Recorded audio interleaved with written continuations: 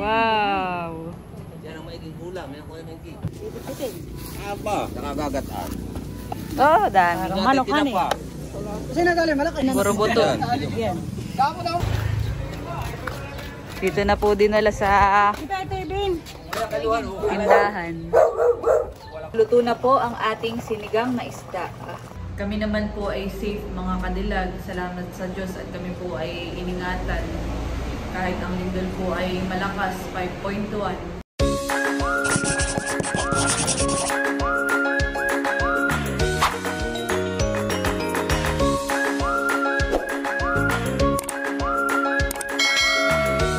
Hello po mga kadilag, magandang araw po at welcome back sa aming YouTube channel. So for today's vlog ay papunta po kami ni Mama sa tulay dahil kami po ay titingin ng ulam na isda. At kami po ay naglalakad na ni Mama. So ngayong araw din po ay bali walang patrabaho sa bahay dahil nagpaalam po yung mga nagtatrabaho sa amin. Tapos po ay magtanghaling maulan. Ngayon lang pong hapon umiinit kaya timing din. Grabe naman kainit ngayon. Mag-aalasin ko na po eh. Baliktad na mamahan eh. Hapon na po nainit. Hindi na umaga. Nandito na po kami sa may tulay. Titingnan natin kung saan sila dito parada ng kanilang bangka. Si Tito pala inamiwas.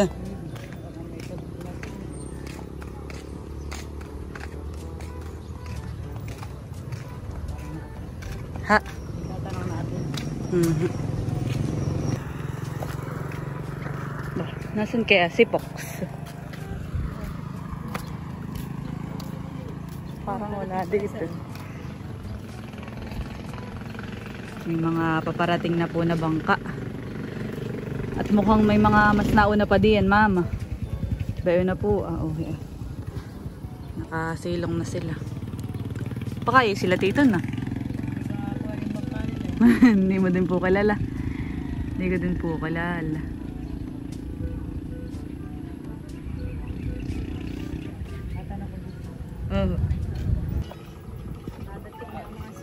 Nadating na po ang mga seaman. Kala ko si Tito ito, hindi pala. Ngayon po ay mas marami ang namimiwas kaysa naglalambat. Kakaunti po ang nahuhuli sa lambat ngayon.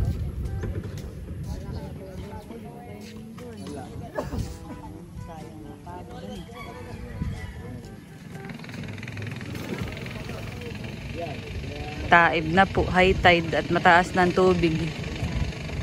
Ben na. Oh, Ben nga. Saka si Kuya Asay. Si Tito pala ay sumama sa ibang bangkahan. Kala Kuya ano.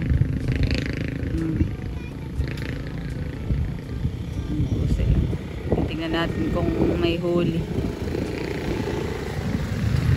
Dahil po si Pulding. Natatanaw ko.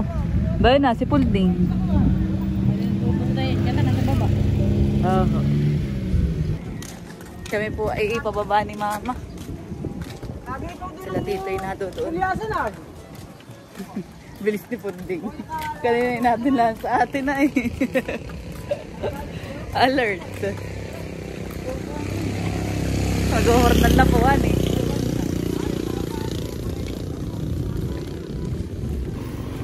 Yeah. Dito pala magandang makitalbos.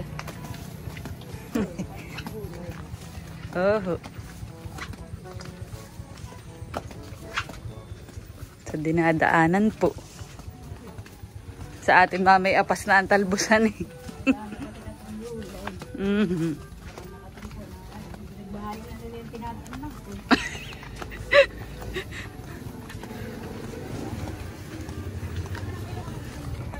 Po si Pulding Meron. Pinaprank ka lang ni Kuya.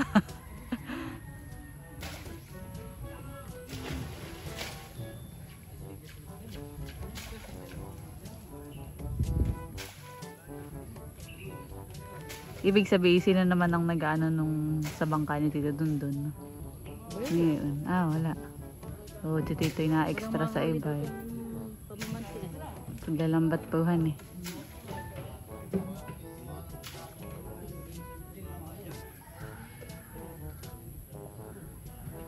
Bukod po sa amin ni Mama ay may mga nag-aabang din po dito. Mga Coast Guard, abay mapapagkamalan yung Coast Guard. Nag-aabang din po sila ng isda. Daw. Ay mukhang malalaki.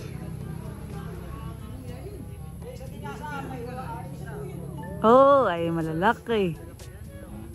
Kay Kuya Asay. Bababa na po nila yung huli na isda. Santimba, Mama. Santimba po, madami. Madaming kinukuha si Pulding. Laki ng hawak ni Pulding. Hello pa.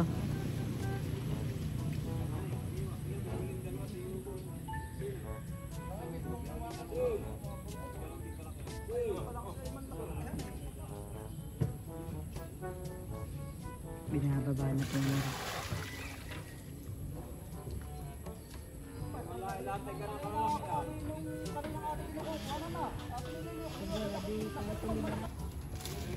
Wow, laki.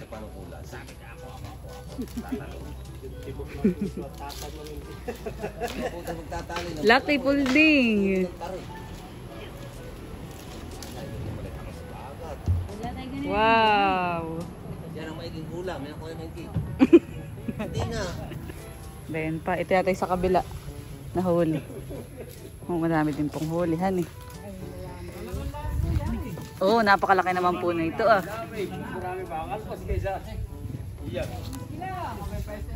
Madami din yan ah.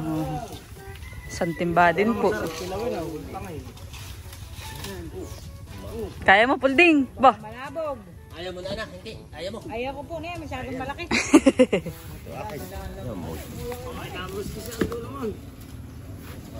Yun po yung huling isa ay masyadong malaki. Patay sa labat ko yung naglalagyan ng babanatan yung wala ng bangka. Ay talaga lagi po. Sabi ko nga pag namatay, huli. Hindi rin. Si Tito. Yung lambat mo. Ano yung atang ating nataba? Yun lang palang yung isa ang malaki. Yung iba yung maliliit na. Baka ito yung may Dami. Kaya ako ang kuha na na. Ay, kukuha na ako. Paglayan talaga ang kukulungin natin ilaban. Pero ko lahat. Nakagagat Dami. Malokan eh. Kasi nagaling malaki. Ito yung mga ano tawag dito Mama? Boroboto. Yan. Dapat ako nagkagalan na eh. Dapat po pala tayo nagdalang plastic. Hawak mo. Na lang po pipili. Ito. Isa pa. Baka may mahilap-hilap din doon. Malaki-laki. Ito, malaking. Gawa na anak. Ayun, gawa na ito. Sigurado ka po. Ayun, malaki-laki Mama. Ikaw huwag ka papasan. Papasan dito. Wala kang opa. Atangusong. Sabi ko nga, Atangusong din ah. sabi ko nga, tinan mo yung ba, no ha? Ilibat din ang huli. Dito sa kayo. Siguro magtitira pa dito si Isong. Ano eh? Ay, kung magtitira daw kayo! Tito, yun daw po ah. Kinukuha na. Dapat yung maiklihan ko na eh. Maikli yung... Pinapakiyaw na po yung isda nila Tito. May pang-ulam laang. Hindi kinuha yung malaki, taba eh. Masyado pong malaki mamahan eh. Oo.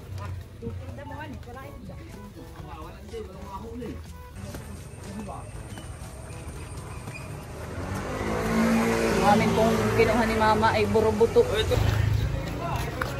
Dito na po dinala sa tindahan.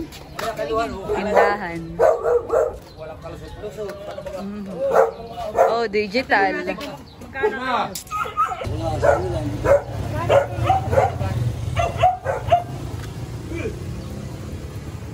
Pwede po si Tito. Ayun ko ah, sinino ko may ganito ah. Saan pa ba? Tama pag sinino may ganito. Okay na po yung sa amin, na kilo na.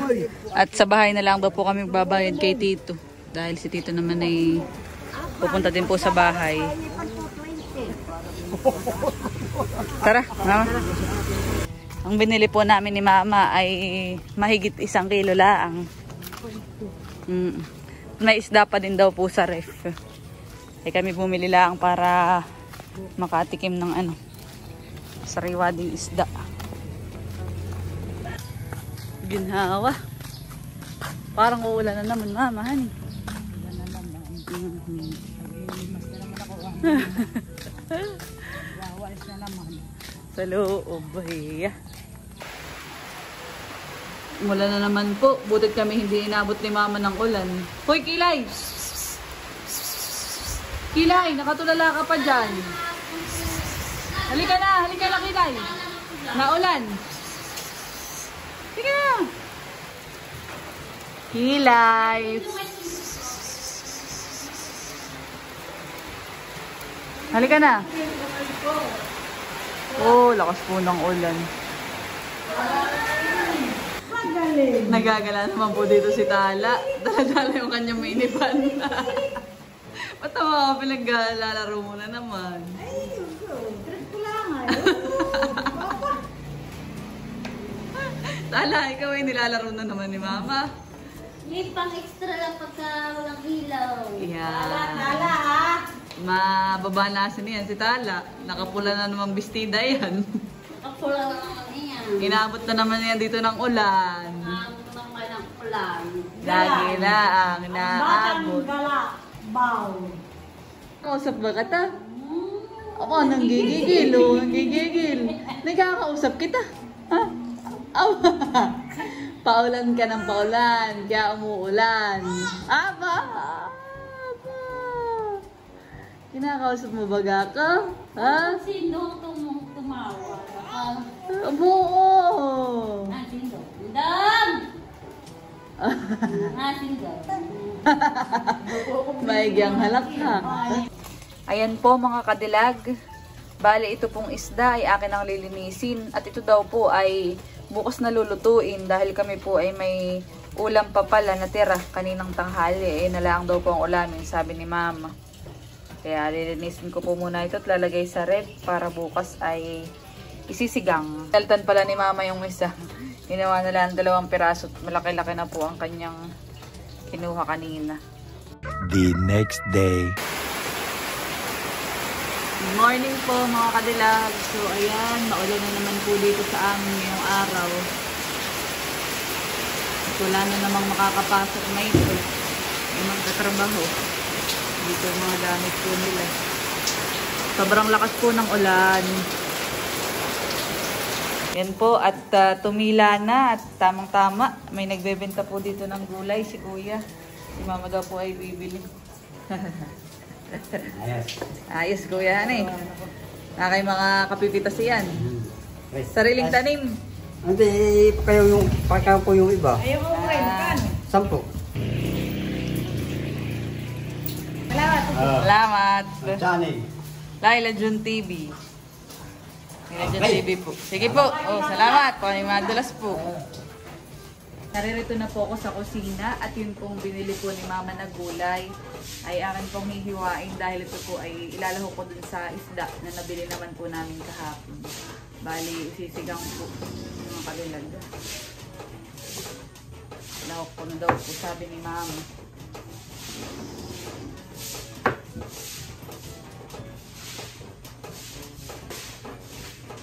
Tuluyang hindi na po nakapasok ng mga nagtatrabaho dito sa bahay ngayong araw dahil napakalakas nga po ng ulan. Ay titingnan daw po kung mamayang tanghali ay makakapasok kapag tumila ang ulan. Mag-a-half-day na lang daw po sila kung sakali. Dito po talaga sa amin ay kapag may ulan. Tapos ko na pong hiwain yung mga gulay at akin na rin po yung nahugasan. Ito na rin po yung isda na akin pong isisigang. Nagsalang na po ako ng tubig. Bali, ang una ko pong gagawin, pakukuluan po muna. Ayan. May asin na din po yan. Tsaka po nilagay ko na yung kamatis at sibuyas.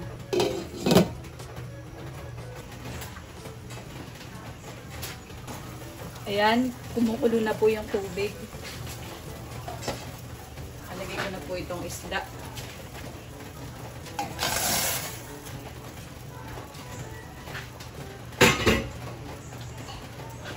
Ilalagay ko na din po itong gulay, sitaw,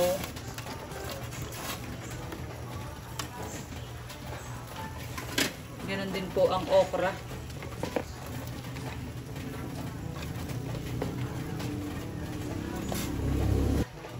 Sinabay ko na po yung sitaw at okra dahil itong gulay na ito ay medyo matigas, matagal palambutin. Akin po ulit yung tatakpan. Kumukulo na po. At akin po yung lalagyan ng pang-asim, sinigang mix.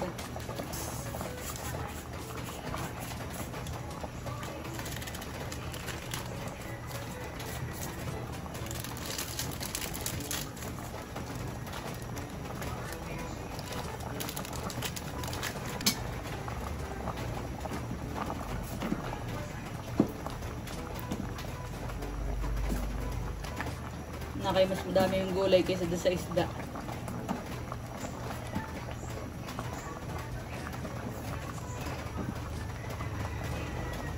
Yan mga kadilag, at ito po ay akin ang natikman. So luto na po ang ating sinigang na isda. Pwede nang kumain mga kadilag. Kami po ay kakain na ni Mama. Kain po tayo. Thank you, Lord, sa pagkain po. Isda po, honey.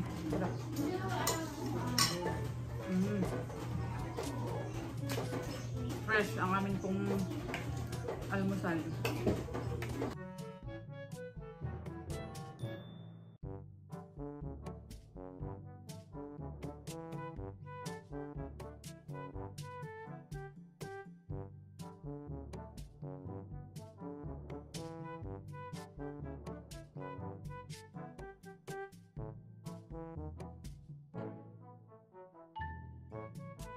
Meanwhile, Kami po ay kanina ay nakahiga. Ako nakahiga dun sa kwarto po ni Mama. Si Mama naman po ay nasa labas. Ay lumindol daw po pala dito sa amin. Tapos ay kakakita ko din lang po sa news, sa Facebook, tapos sa Feebox, Philippine Star. Ay ang sentro daw po pala ng lindol o mismong naglindol ay dito sa aming bayan, sa bayan po ng General Nakar. Ang magnitude ay 5.1. Yun po ay bandang alas 12, Mama, honey, naglindol po dito sa atin. At ako yung nakahiga, ay hindi ko naman po nararamdaman. Parang akala ko ay dahil ako'y malikot, kaya nauga. Kami naman po ay safe mga kadilag. Salamat sa Diyos at kami po ay iningatan. Kahit ang lindol po ay malakas, 5.1. Kanina po talaga akala ko ako'y malikot lang sa higaan, yung pala ay nalindol na. Yan, kami naman po ngayon ay alert sa mga aftershocks dahil kanina minomonitor ko din po yung Facebook page po ng Feebox, updated naman doon ay yung mga aftershocks ay mahihina na, yung mga sumunod ay parang 4.6, 3 point something hanggang sa nag-1 na lang po. At sana po ay magtuloy-tuloy na ito ng lumindol pa. Saka nakikita ko din po sa balita na yung mga Karatig region tapos ay sa NCR ay apektado din po ng lindol.